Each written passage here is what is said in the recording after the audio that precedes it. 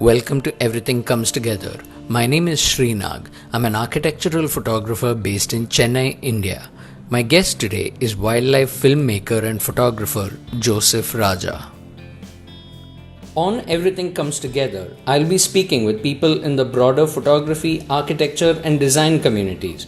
Rather than only talking about their work, we will be talking about them, their personal journey, the challenges they overcame, and the most pivotal incidents in their lives that made them who they are today.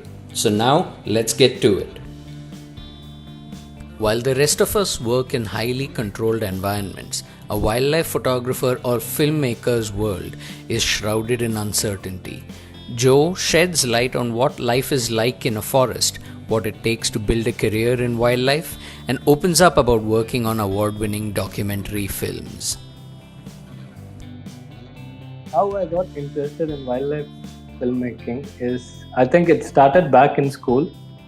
In my high school, I studied in KFI, Krishnamurti Foundation of India in Adyar. It's called The School. So one of my teachers, he started to take over this organization called SSTCN, called Student Seattle Conservation Network. So that is basically, it's an elaborate process, but to sum it up, we have, during a particular season of the year, we have sea turtles come to nest on the Chennai beach, like all over from Marina to Thiruvanmiyur and beyond and everything. So what they do is they walk on the beach and they collect the eggs of these turtles. Okay. And they put it in a hatchery, safe hatchery, and they wait for the hatchlings to come out and they release them back into the sea. So this is the summary of the job that they do, but it takes enormous amount of effort and energy and dedication to do this, because almost every night you have to walk on the beach alone, sometimes just two of you, three of you, so that. And I started going on these walks, and that's when I realized we even had sea turtle, something called sea turtle. I didn't even know something like that existed even before that. And that kind of opened my eyes to this natural world that I never really bothered about, or like to get to know about, that I didn't even know that it was all around me. And Chennai is the place I was born and brought up, and I grew up right almost very close to the sea, and I never knew something like this was there. So that kind of got me very interested in natural history. Okay. And I wanted to know more about it. And were your parents in any way involved with wildlife or conservation or photography in general? They were nowhere related to conservation, environment, wildlife, photography, nothing. So my father is a Gandhian. Okay. So, and my mother is a homemaker. So I had no background in wildlife, natural history. We did not have such books at home. Sure. Sure. So there's nothing that from my home. There's nothing that led me into that path. It was simply an interest that came much later in my life, which I was introduced to, I have to say, through SSTCN. And that one thing led to the other, and I wanted to do science, which by then I had already finished school, but I had taken commerce and everything. Yeah. And I wanted to get into research, but I couldn't because I just wanted to get into the field as soon as possible. So the next best thing for me was I wanted to do photography, and that also interested me a lot, because I used to do a bit of art, but I never thought of that as a serious career. Mm-hmm. Because we're not guided that way, or we're not taught that thing. I mean, an art can be a serious career option. So I also never felt that.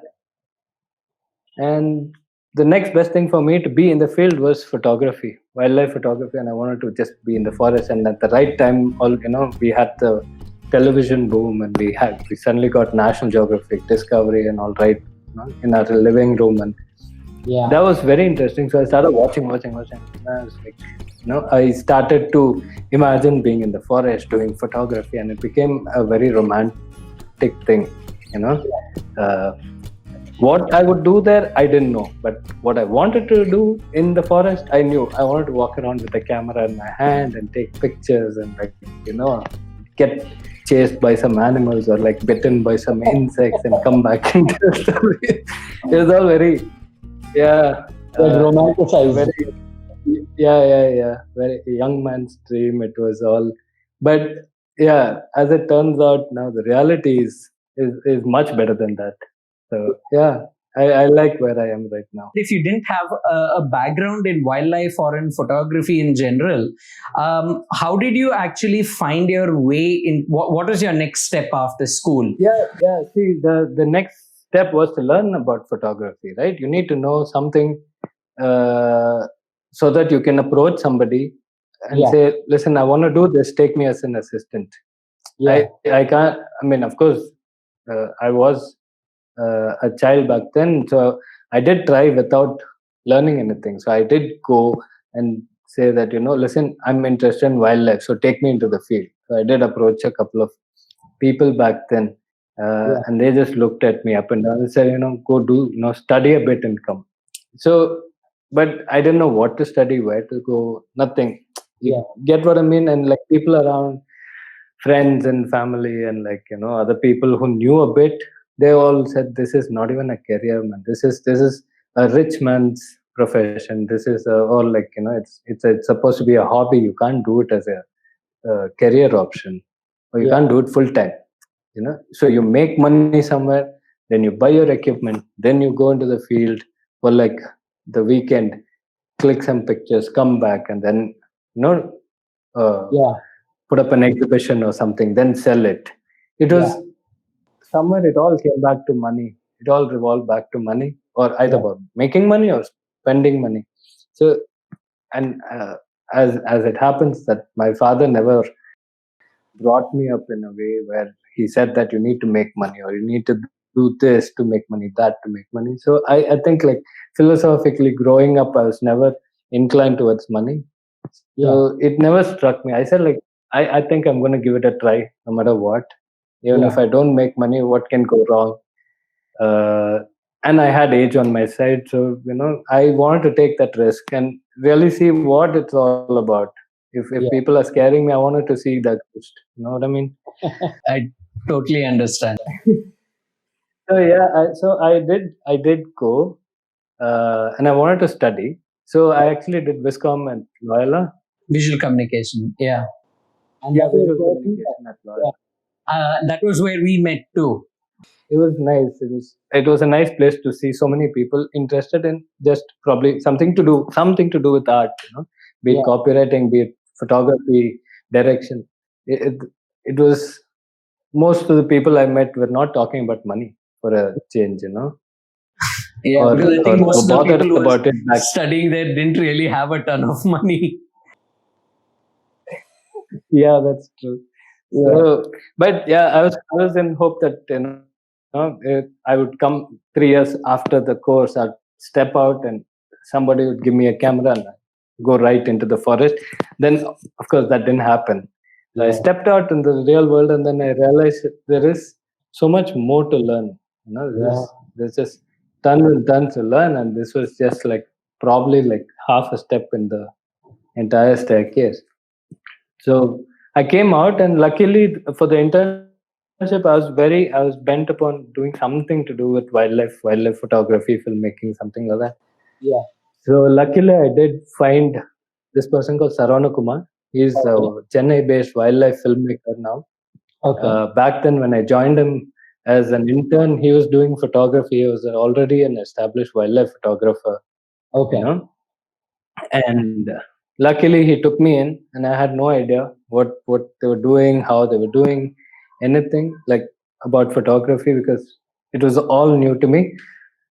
So there I learned a lot of technical knowledge of photography. His assistants were like continuously bombarding me with zone system, transparencies, developing, processing, printing, this, that, and everything. And the Saravas and his library had so many wildlife based, related books and photography. So it was photography books and wildlife books, and I wish I could. I was I was an avid reader. I think I just went through stuff. Yeah, yeah. Yeah, but the library was new to me. It's the first time I saw a small library that had things that was of interest to me. You know, so things like that was really great working with Sarah. And then once college was over, I said, okay, I need to follow this man for some more time to learn, pick up more skills. So I got back to him. I said, I want to continue working with you. This college is over. Let me just come back. So, and then he was also, I think he was happy guiding me. So he took me. And I think I worked for another almost 2 years with him. This was also where you picked up a lot about editing a film, right? A wildlife documentary. Yeah. So luckily for me, though I don't believe in luck, it's just that Sarah started to get into filmmaking when I joined again, and he started doing short documentaries, small documentaries, and he was also getting into filmmaking, and that was really good for me because he needed an editor for the films that he was shooting and directing, and I had no idea, and and I said I want to do wildlife, and he said you do editing. Editing is a great way to learn filmmaking, overall filmmaking, because you're sitting on the edit table and you're seeing what has been done and what can be done, Yes. and you learn a filmmaking process if you learn editing, if you do it sincerely, Yes. and I took up that advice seriously, and I learned editing because he had just then got one MacBook Pro, and he had Final Cut Express. I still remember the first one, no? Final Cut Express installed in it, and he was also learning the software along with me because he also wanted to edit. So both of us would learn the software together.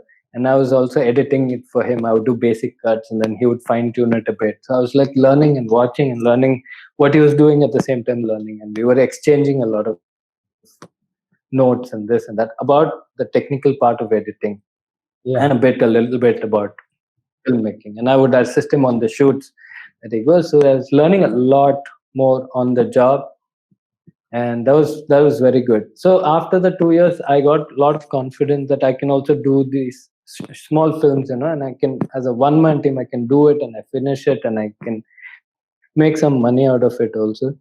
So for the next, after I left him for a year or so, I was doing freelance work, though I wanted to like do wildlife. It doesn't happen like that, right? Absolutely. So I was doing a lot of these small corporate films, some educational films, and this and that, and life is going on. But somewhere I was unhappy. I continued to be unhappy because I just somehow wanted to get into the forest, but I just didn't know how, because even Sarah couldn't take me into the forest because I there was already a lot of people in the field, and many people had already many assistants with them. And what is the thing that I can take into a team, right? What is the extra talent that I had that I can go with, and I say, okay, I have this, I'm going to help you do this, your film this way. And I wasn't in that position then. So that is where I think editing really helped me out. So I think the 2 years with Sarah and then 1 year alone, that really, like, I just started to work a lot with editing and shooting a little, editing more.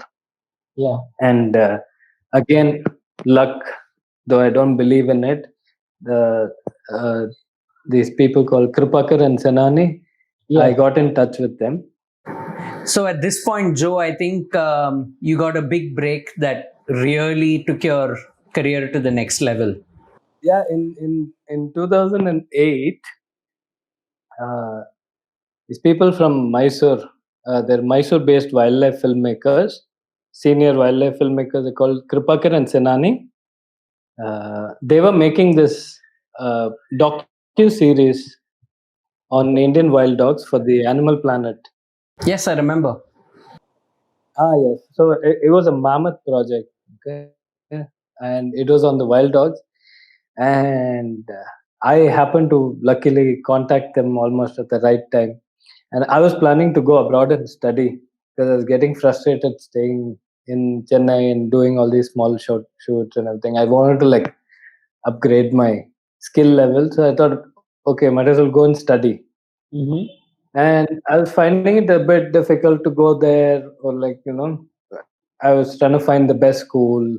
Visa was an issue, of course. The studying abroad, that to filmmaking itself is another challenge financially also, right? Because you're Yeah. going to shell out at least 50, 60 lakhs, and Yeah. then you're not sure if you're going to get it back on time.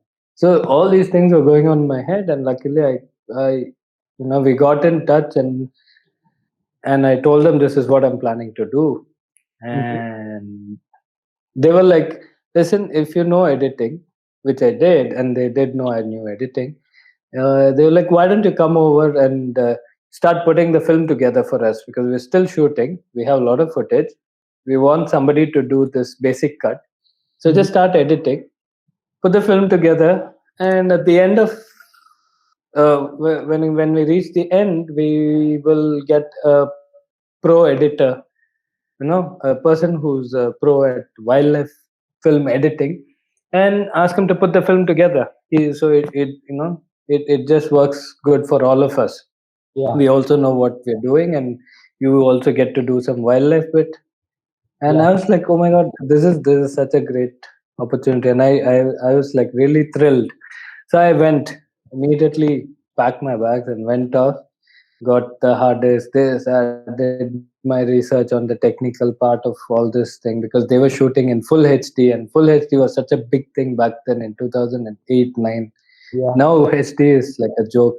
So, but yeah, so um did all that, and I started working. It took me almost some 6 7 months, 8 months almost, to put the whole film together.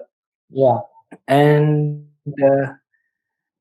when it was done, we did a it was a 5-part series, half an hour each, Yeah. and I realized how so complicated a wildlife documentary filmmaking is. Yeah. It is. It just trains you out, but but it's so rewarding. It's such a feel good uh, profession, at least for me, that there's still so much energy left in me after the project. Yeah. And suddenly, like towards the end, I realized what happened was there was no pro editor who came in, you know, to Okay. finish the project. And I was quite a little surprised. So Senani one day he took me for dinner, and then he said, "Do you remember I told you this? And do you realize there's no editor coming, right?" And I was like, "Yeah." And I was really young back then. He was like, "So you realize you're the editor? So you have finished the film for me?" I was like, "Oh yes." But I was more bubbly back then. That couldn't be a bigger break, right? Yeah, I mean, and I didn't even realize I was doing that, and I didn't realize I was getting educated. I didn't realize I was on the job. I didn't realize it was rewarding, you Yeah. know. So And speaking of reward, didn't this film win a few awards as well? yes, yes, yes. It won the Green Oscars. It's called the Panda Awards. Right. Yeah. It's one of the highest awards for wildlife filmmaking, and it did win for animal behavior. Things like Okay. Senani's he's put in like some 30 years of his life behind wild dogs, Mhm. studying them, doing all that. So that was a great project that I started off with that. So I was like very thrilled, Yeah. and nothing like learning on the job. And if you have mentors like them who are willing to teach you stuff and not like withhold things, or you know um, trick you into doing something, or like I don't know, if you're already I just feel that they're already like at a level where it's so difficult for anybody to reach, that they don't feel threatened by anybody. Yeah. Absolutely. And it's wonderful if you get somebody like that who doesn't look at you as a threat, or as a competition, then learning is just so much fun because they're just willing to teach, and if you're willing to learn, nothing like it. You just learn, and it doesn't become a job or a work, or or like it doesn't get boring, tiring. Just have a lot of energy at the end of the day.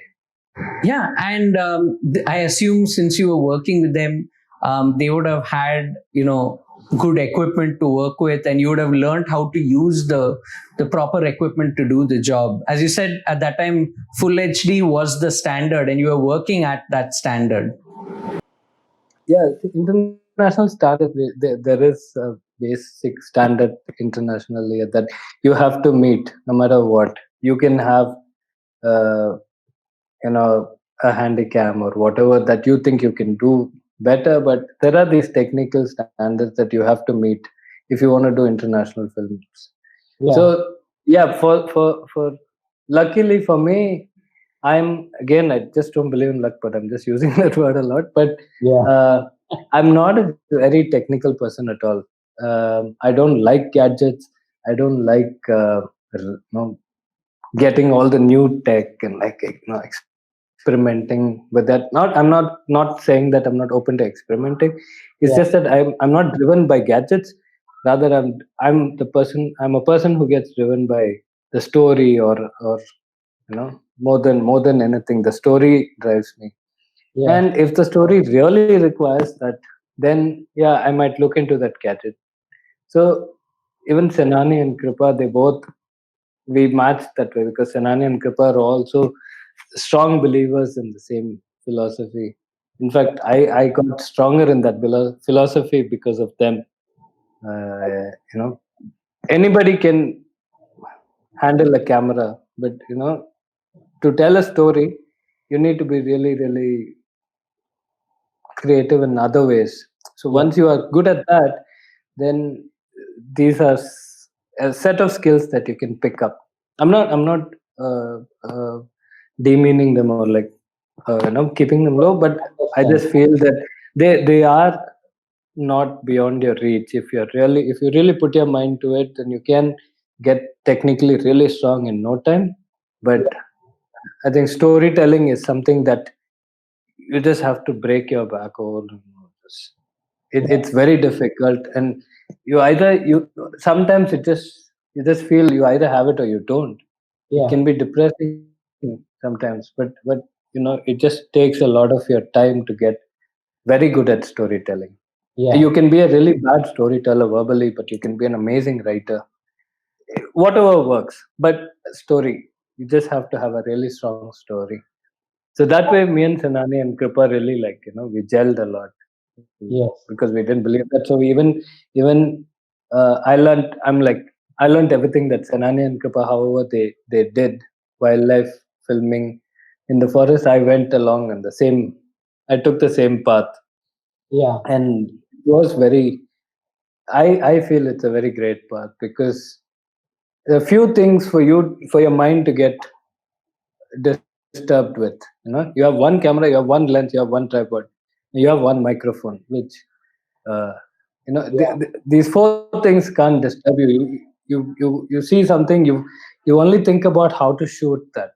You don't think about, okay, do I use this lens or that lens, or do I go here or there and everything? You know what I mean? Will my microphone pick it up? Do I need a gimbal? The wildlife is over by then. So the shots that will require you to have different lenses, wide and this and that, gimbal, or I don't know, all these other things, drone and stuff like that, they're all you can shoot in controlled conditions. If you're going to try and shoot a hunt with a drone, you're going to screw up the hunt. Absolutely. You know what I mean? Either you're going to disturb the animal, or you're going to not get the shot. Especially in Indian forest conditions, very difficult to go along with too much of equipment. This is out of my experience.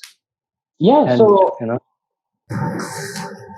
that's right. I mean, it's good that you've already now started talking about the experience of shooting in the forest. Now, the common thing that everyone thinks of when you say that you're shooting wildlife in a forest isn't your own life at risk. And we were talking the other day, and you said that it doesn't necessarily need to be the case. Yeah, see, like I told you, when I was back in school and I started to imagine being in the forest and doing photography, I think, yeah, that time I was thinking the same, like one elephant will come chasing me and I'll run and hide somewhere, or like, evade all these dangers and Yeah. be adventurous. Like, say, funny, like many of my relatives think I'm doing something like Man versus Wild or something, So no, it is nothing like that. It's the minute you learn about the forest, the minute you learn about the animals and the language of the forest, you understand the an ecosystem. You understand science. You understand bird calls, or like everything about the forest. Yeah. You're not going to get yourself in danger, Right. or in case you do, you are going to think, or you're going to be able to get out of it Yeah. in a much more calmer way, not like running around this and that. It's you're not going to get in Yeah. stupid trouble. Yeah. I don't know And if I'm putting. you also need to know where, because of your knowledge in of the forest itself, you're also going to know where you need to be in order to get the shot you want later on, right? Yeah, I really like one thing that Senani says. Senani says, when many people ask him, how do you shoot the hunt? How do you shoot wild dogs hunting? You got so many of them. So Senani says you just have to start predicting an accident.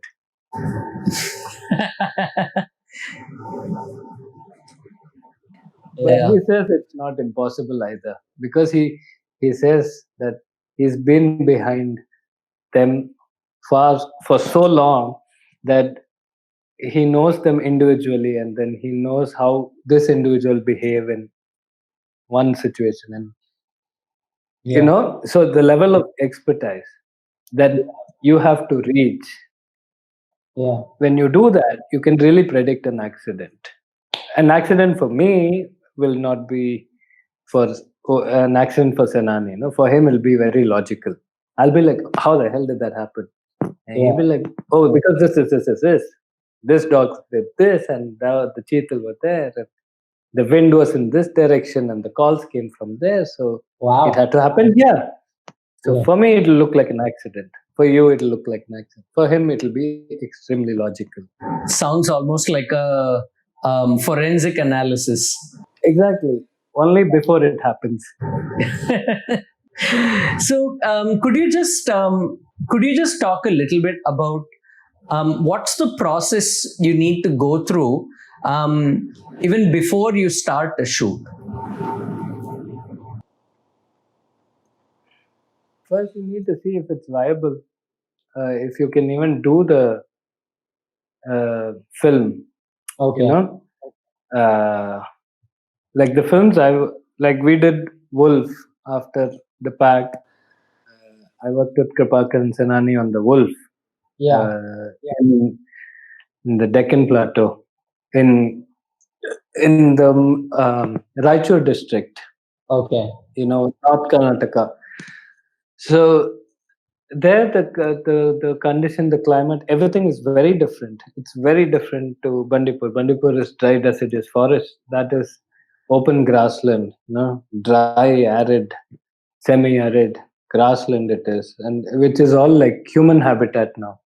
Yeah. So it's very difficult to find a patch of land that's not, part of agricultural land, or like something that it's just not untouched.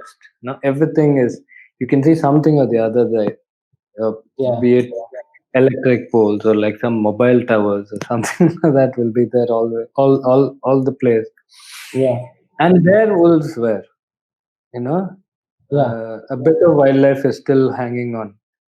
So we did a lot of research. So if you're doing wildlife filmmaking, like what I have also chosen to do, That Yeah. means you do a lot of research by yourself before shooting. So you do research, heavy research, see how feasible it is.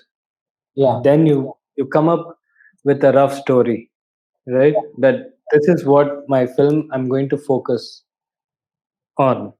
Yeah. So you will get a rough storyline, but what you get on your shoot, nobody knows. Even you don't know. But if you do your research well, then you can probably guess. Okay, I might be able to get these things.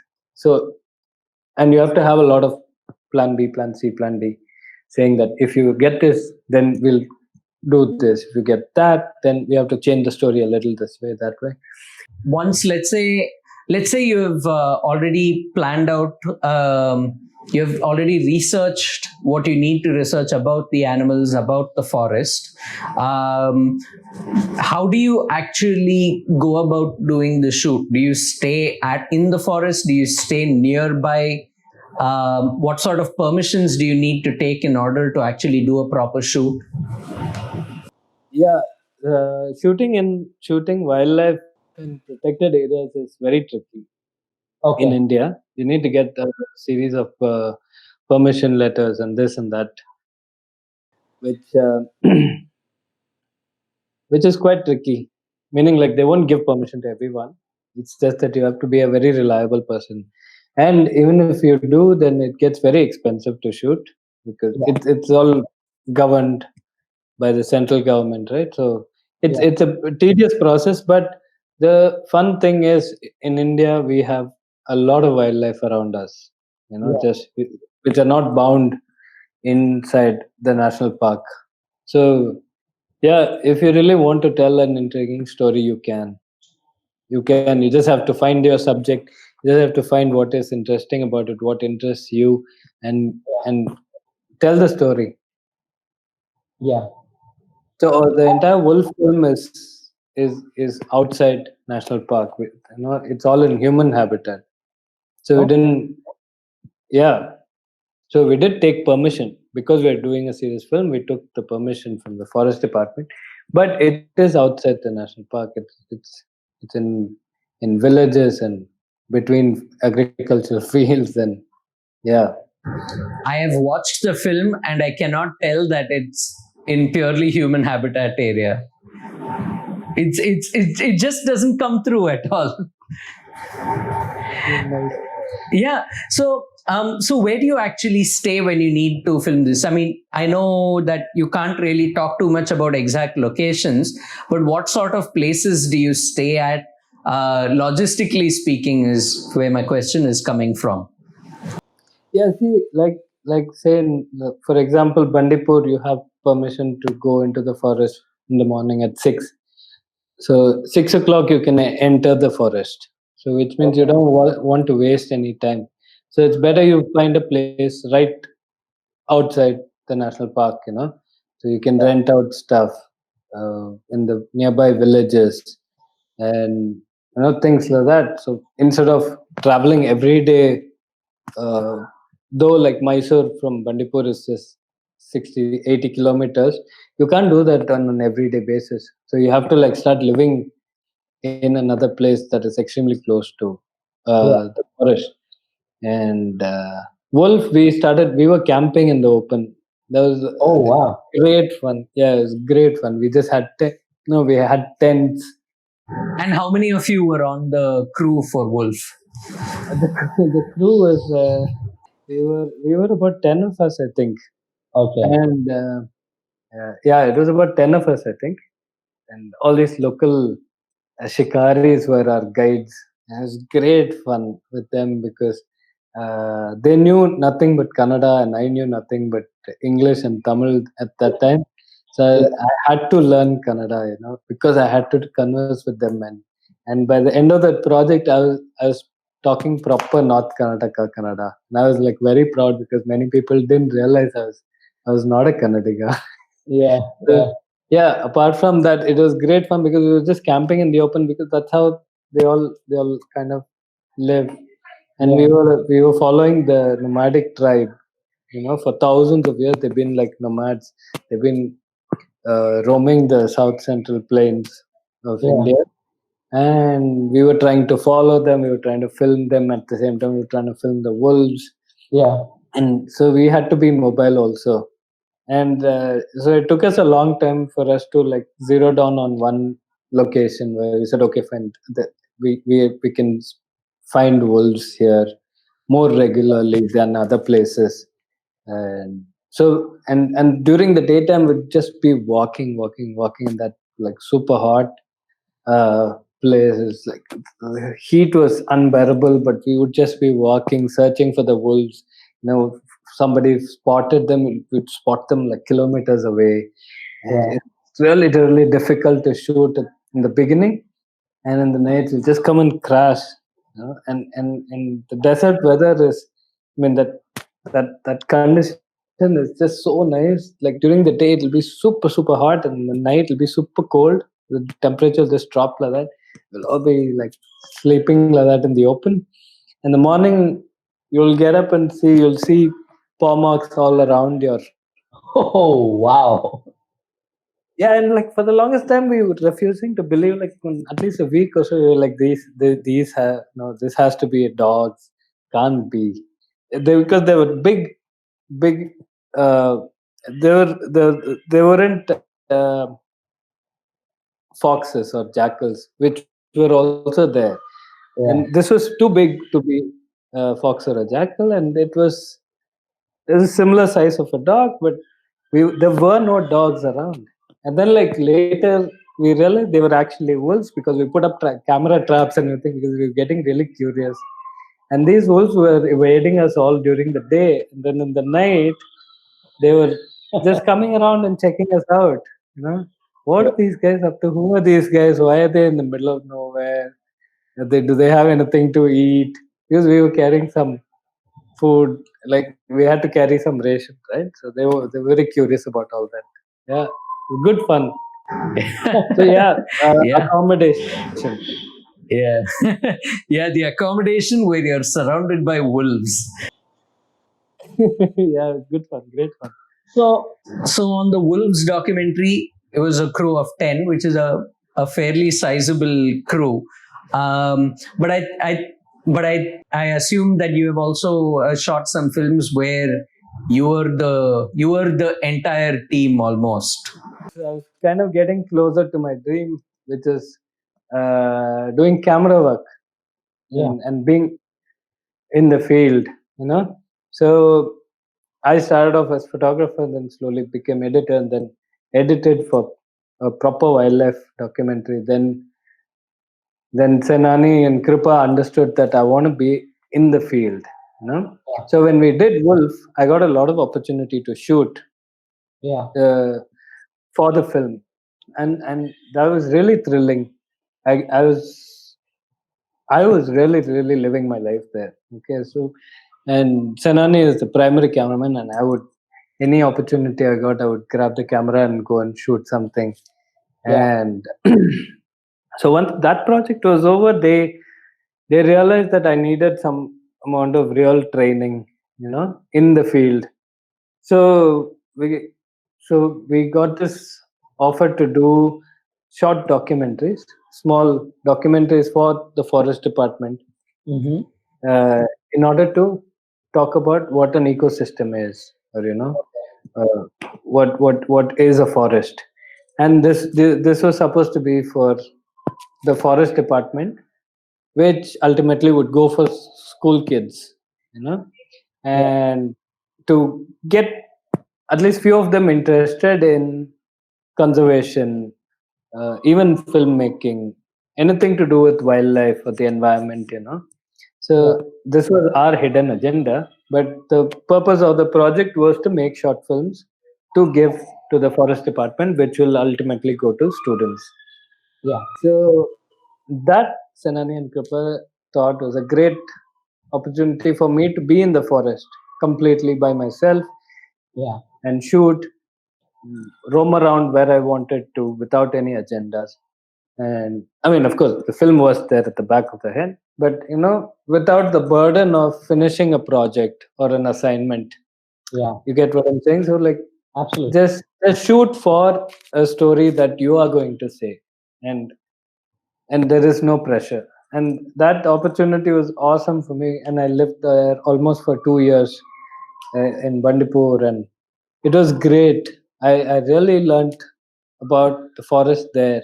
Though earlier working in the films, editing, watching, all that, it teaches you a lot, but nothing like being in the forest. You get to hear the sound calls, and you start understanding the language of Yeah. the forest. And that was the most thrilling element for me from that project, that I'm able to understand at least a little bit of the language, Yeah. including wind and everything. So there's like the film that we're working on now, trying to create all these, the elements that you can feel and hear in the forest, and we're trying our best to bring it in the film, bring that aspect of being in the forest. Yeah. And so if you were the only one doing the shoot in the forest, I assume you would also have a really restricted equipment inventory that you will carry in, right? So what sort of equipment do you use when you go out there alone? We have one camera, one lens, one tripod that's always fixed to the back of the gypsy, Okay. and two batteries, and we still use the old camera, so we have the tape system, so couple Okay. of tapes, Okay. and yeah, one microphone. So that's all. So we don't, so that, yeah, because being in the forest, you're already, so your mind is already trying to digest so much information that you can pick up with your ears and your eyes, and sometimes even with your nose, because like, Yeah. say you're following the tiger, and the tiger is sprayed somewhere marking, Yeah. and your nose might pick it up when you're just passing by it, and then you pick it up, and then you come back, and then you say, okay, how fresh is it? If it's too fresh, then you start looking around for other signs, you start here, waiting to hear some alarm calls, then go and try and spot the tiger. If it's old, then okay, fine, we have to keep a track on this patch, maybe it will come again. Then you try to analyze how often it comes through this, or like how many tigers are there. It's fun, it's a lot of fun. So your mind is already doing all this, Yeah. and you don't want, I mean, at least I don't want to break my head over what equipment, what else can I carry, how else do I shoot this. Yeah. So this is how I approach. Or Absolutely. this is the way I like to approach, because I like how I was taught, what I was taught by Kripan Sanani. So, do you think someone who's looking to get into wildlife filmmaking can make that their full time career, wildlife filmmaking, or even wildlife photography also? So, Wildlife photography, I'm not sure how okay. how feasible it is as a career option, Okay. uh, unless you manage to tap the uh, a particular niche in the market. Hmm. But filmmaking, yes, I think I Okay. think I think it is definitely a career option, but provided you put in a lot of your time and effort into Yeah. it, and more than anything, you have to be passionate about it. If you're not passionate about it, it is not a money making uh, career. You know, Yeah. you like it. It's a way of life. So you Yeah. want to live that way, then you just have to do whatever it takes to live that way. You know what I mean? And money will come along if you're looking for that. So let me ask you one thing about since you said wildlife photography may not be able to transform into a full time career, right? What are the general avenues where people can sell their? Can you sell your services as a wildlife photographer, or do you sell your photographs after you've shot it? See, if you get, let's for example say, if you become a National Geographic photographer, for the magazine or something, you go on assignments, then yes, definitely there is a great opening for you. But if you're a freelancer, then the danger is that a few of your photographs might get sold, not Hmm. not on a regular basis. So you will be ending up doing other photo shoots, fashion, or like in a product, anything. It can be anything, provided you are again passionate about photography in general. Wildlife photography, the danger in that is it is uh, one that you can't be too specific. You can't say that I will shoot tigers. I want to be a tiger specialist, or like a leopard or big cat, for example, or Yeah. this or elephants or anything like that, because most of these big wildlife you find only in protected areas. Yeah. Uh, so to go there, to travel there, it's all expensive at the end of the day. You can't just say I'm going to go shoot tiger and come back. Most Yeah. of the time, a lot of people go into the forest twice, thrice in a day, or in a day or two, and they don't find anything, and they get frustrated and they come back. And every time for them to go in and come out, it costs a lot of money. Yeah. So you have to really become good with your photography skill as such, Yeah. and you have to be you have to have really good eyes, and of course you have to spend a lot of your time shooting a lot of other wildlife photographs, Mm. and try and get assignments, Yeah. not necessarily for National Geographic. Get assignments for your local magazine, get assignments, so that your basic expenditure is taken care of, and at the end of the day you do give a good product to them. So you develop a rapport with the Yeah. magazine, or stuff like that. Or you have a lot of money, then yeah, go ahead, shoot as much as you want, and then you put up exhibition, and you know Sure. people might buy it, even if they buy 4 5 photographs. That's a great thing for you, and then it'll encourage you to do more, you know Yeah. Yeah. uh, and So, maybe you can tie up with scientists, researchers, on what they're doing research about, and then shoot for them. uh, yeah. so it'll also be helpful for them, and then you'll also get a lot of experience in shooting wildlife, lighting up. If say they're doing some research on insects or snakes or something, then you know how to shoot them, then you learn how to shoot light up for that. Or you want to shoot with natural lighting, then you learn a lot. See, basic thing is, there is, in India at least, we don't have some school or something where you can go and learn everything, come out the next day you're a professional. Yeah. Like any art field, even architecture, what you're doing, you learn every day, you know so Absolutely. Yeah. yeah, when it comes to this, it's no different. You'll learn, you'll face new challenges every day, you'll be facing new obstacles every day, and you just have to keep going over them and learning.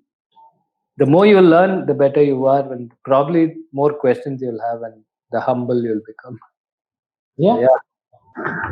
And so once you actually decide you're getting into, let's say, wildlife filmmaking, what are the different ways that you can either sell your films or sell the services of making the films for people as commissioned projects?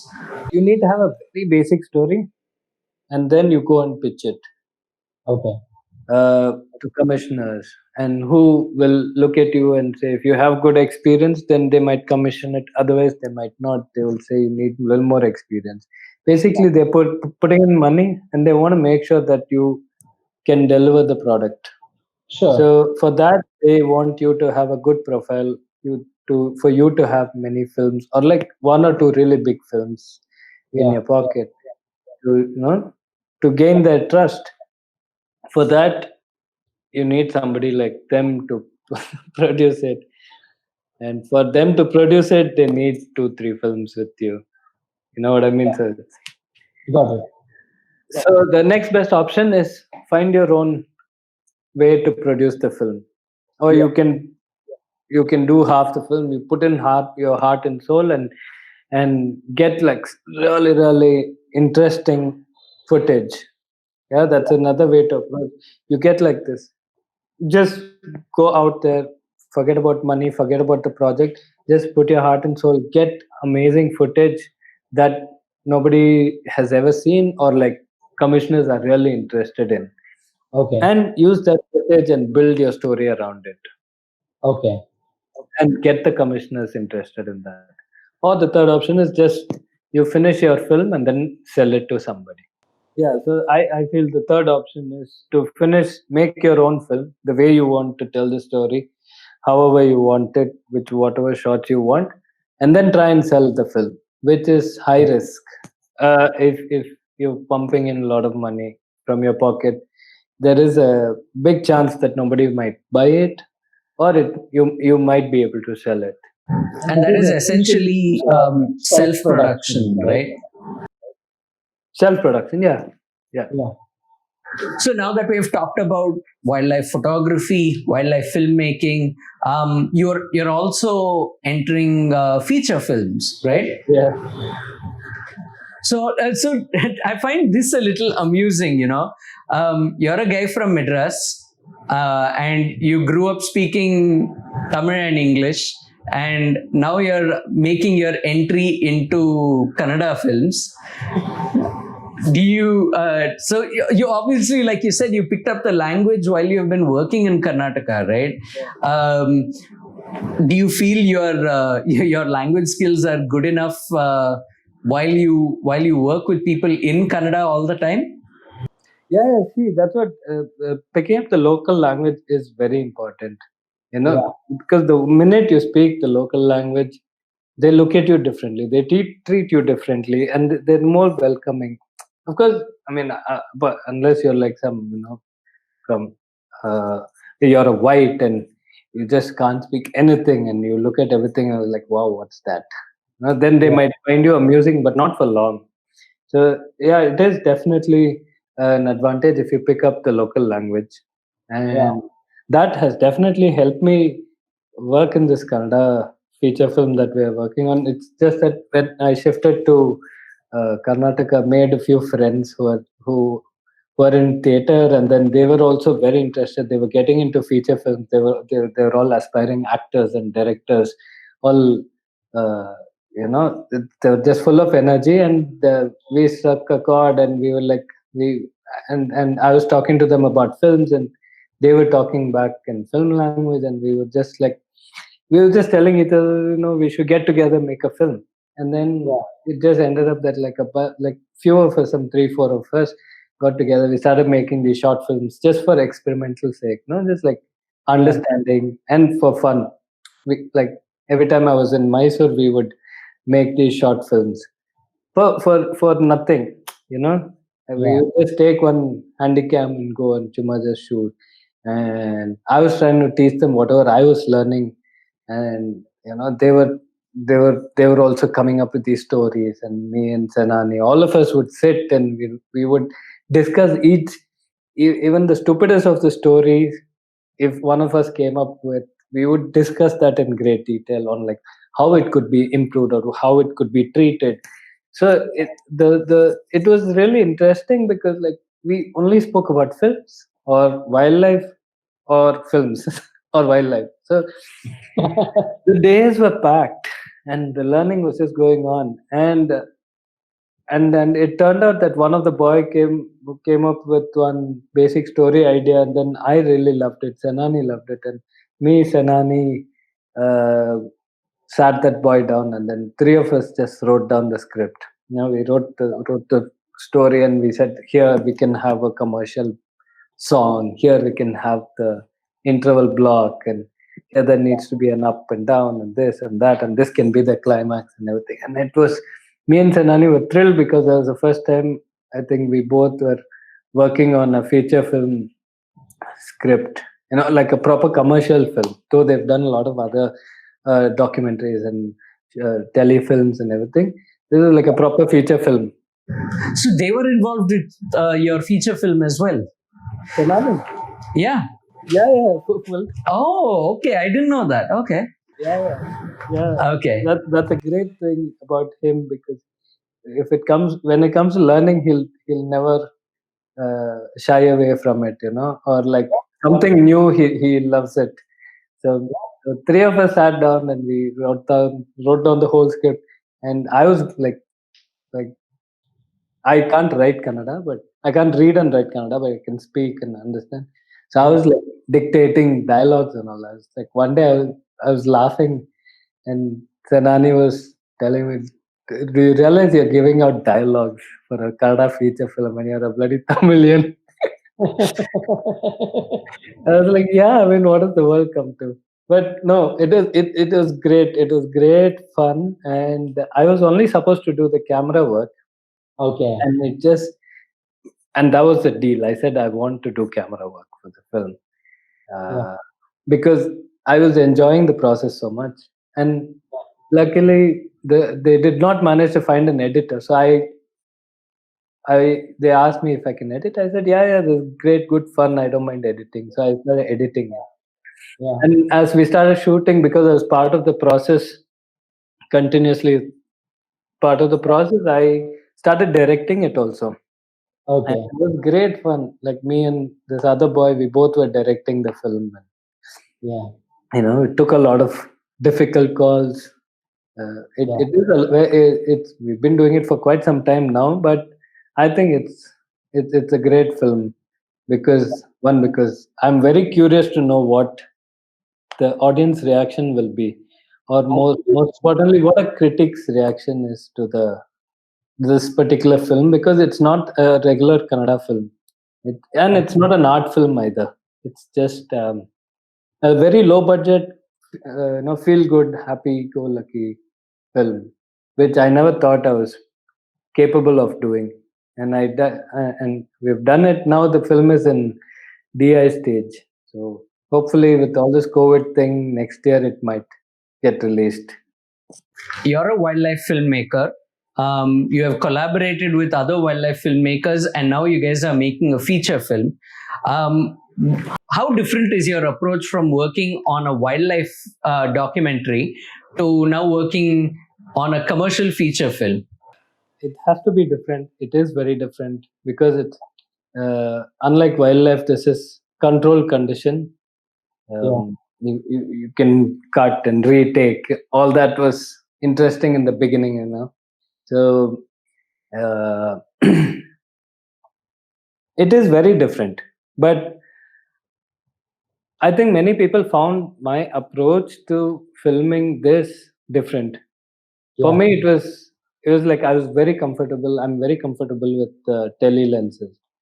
Okay. So the way I saw the film, how I was imagining the film, pre-visualizing the film, I was trying to bring that out, and I knew what lens to use for that. So because the thought process is different visually for me, and I think the rest of the people, because they expect commercial film to look a certain way, and I was treating it another way. I think that made the difference. I think that gave it. I don't know if I can say that about my own work, but I feel it gave it a bit of charm. Though there were a lot of mistakes that you don't usually find in commercial films, but those mistakes also kind of gave it a feel. You know what I mean? It gave it a different, a personal touch to it, to the visuals. So yeah, it was very different in certain ways, but I was very comfortable doing that. And plus, we were a bunch of friends. We were doing the film. We had a producer, but we put in our heart and soul. We took the project very seriously, but we knew we were having fun, and we were very happy that we got a producer who was allowing us to have fun, and he trusted us that we would give a good product, a different product. So yeah, it was great. It was good fun. I think that's pretty great to hear. I'm now looking forward to to watching your new documentary film that's coming out, and also the feature film as well. Yeah. Even me, I want the critic reaction, and I want to know where the documentary gets sold to. Yeah. So we'll keep our fingers crossed and wait for 2021 then. Yeah, maybe. Joe, thank you for taking the time to do this interview. It was It was so much fun talking to you earlier, and I think a lot of new things came up in the interview now. So thank you very much. Yeah, thank you. To watch this and other episodes of the show, please subscribe to Srinag Pictures on YouTube, or you can listen to the audio podcast by subscribing to Everything Comes Together on Apple Podcasts, Google Podcasts, Spotify, or on the podcast app of your choice. The music for the show was composed by Ashray Harishankar from Escapist Music. Post-production by Thiruvikraman Srinivasa Raghavan of SNS Arts Development Consultancy, and production assistance by Abdul Jilani. You can reach me on Instagram at Srinag or from my website www.srinagpictures.com. I'll be back in 2 weeks with another fascinating guests who work in photography, architecture or design. Until we meet again, it's goodbye from Mylapore.